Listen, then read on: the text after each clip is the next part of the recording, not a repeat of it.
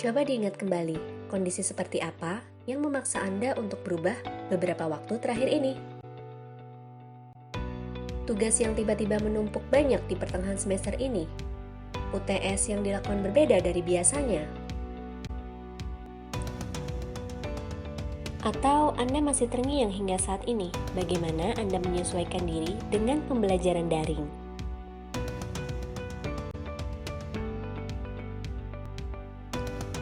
Lalu apa yang Anda lakukan? Langsung merasa tidak berdaya? Kehilangan semangat belajar karena situasi saat ini menuntut kemandirian penuh, dan Anda masih seakan belum terima dan menemukan kenyamanan dengan proses belajar daring. Rindu ya belajar tatap muka di kelas? Tapi proses ini masih berlanjut dan harus diselesaikan. Bagaimana selanjutnya? Apa yang harus kita lakukan? Yang pertama, entering. Mungkin Anda menganggap kondisi saat ini, perubahan belajar, dan perubahan lain yang terjadi pada Anda saat ini adalah sebuah masalah. Menghindari bukan hal yang tepat. Justru Anda perlu mengenali. Mengenali masalah akan membuat Anda menjadi lebih tepat dalam mengambil sikap. Disinilah Anda memasuki fase entering.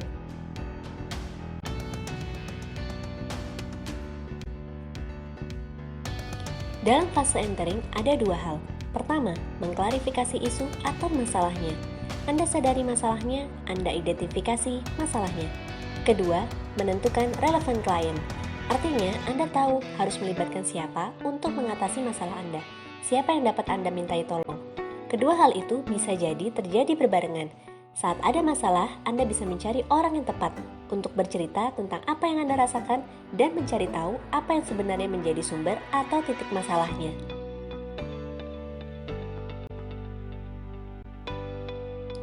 Fase selanjutnya adalah contracting. Seperti membuat kontrak, Anda mulai mengidentifikasi satu persatu apa yang Anda butuhkan dan bagaimana caranya untuk mengatasi masalah Anda. Kapan waktunya, siapa yang Anda butuhkan, dan sumber daya seperti apa yang diperlukan. Fase ini umum terjadi secara informal. Nah, bagaimana dengan organisasi? Hal ini sama saja terjadi. Suatu proyek bisa saja membuat perubahan kebiasaan dalam bekerja. Apalagi jika proyek tersebut sangat urgent untuk segera diselesaikan. Misalnya, isunya adalah proses akreditasi suatu program studi. Pimpinan bersama jajaran perlu memahami dan mempelajari bagaimana dan seperti apa proses akreditasi ini. Inilah fase entering. Kemudian, membentuk tim kerja dengan melibatkan dosen-dosen prodi untuk mengerjakan proyek ini. Melakukan rapat koordinasi, menentukan kebutuhan dokumen dan hal-hal apa saja yang diperlukan untuk menunjang proses akreditasi ini.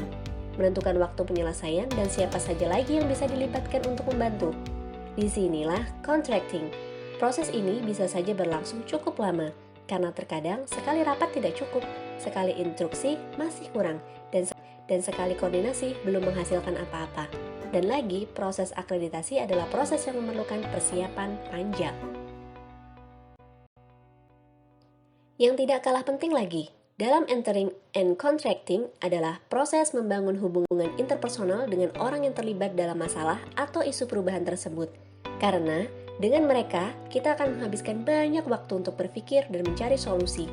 Proses ini penting karena biasanya disinilah orang akan tumbang satu persatu karena tidak cocok dan tidak nyaman, apalagi membawa masalah pribadi, sehingga justru bisa semakin memperkeruh masalah yang ada.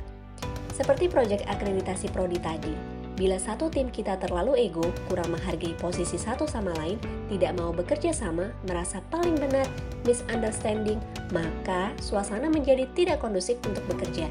Demotivasi terjadi, dan akhirnya proyek tidak maksimal, perubahan pun tidak terjadi. Fase kedua adalah diagnosing. Fase ini adalah proses di mana kita mulai mengeksekusi kontrak yang telah kita buat di awal. Proses ini akan berlanjut pada fase collecting data, analyzing, hingga mendapat feedback. Kita mulai bekerja, mencari tahu, mencari informasi, melakukan banyak tindakan untuk sebuah masalah.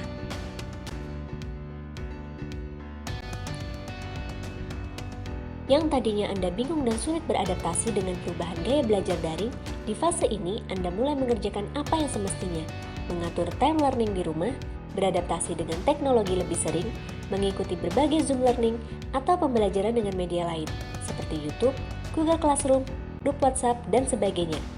Berinteraksi dengan teman yang Anda anggap lebih paham, mulai meningkatkan self-learning karena Anda sudah memahami belajar di masa pandemi saat ini sangat menuntut kemandirian karena terkadang terbatasnya akses, susahnya sinyal, dan kurangnya waktu untuk belajar bersama.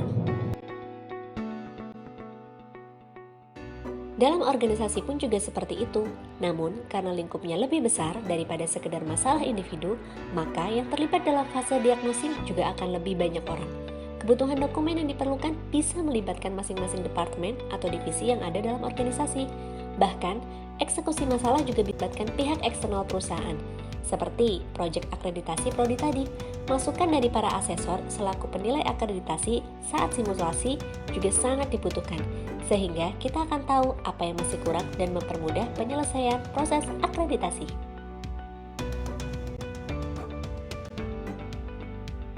Jadi, Anda sudah sampai fase yang mana? Identifikasi masalahnya, libatkan orang terdekat atau yang Anda yakini bisa membantu Anda, eksekusi, lalu mintalah feedback. Tetap berdoa, jaga kesehatan, dan ingat protokol kesehatan.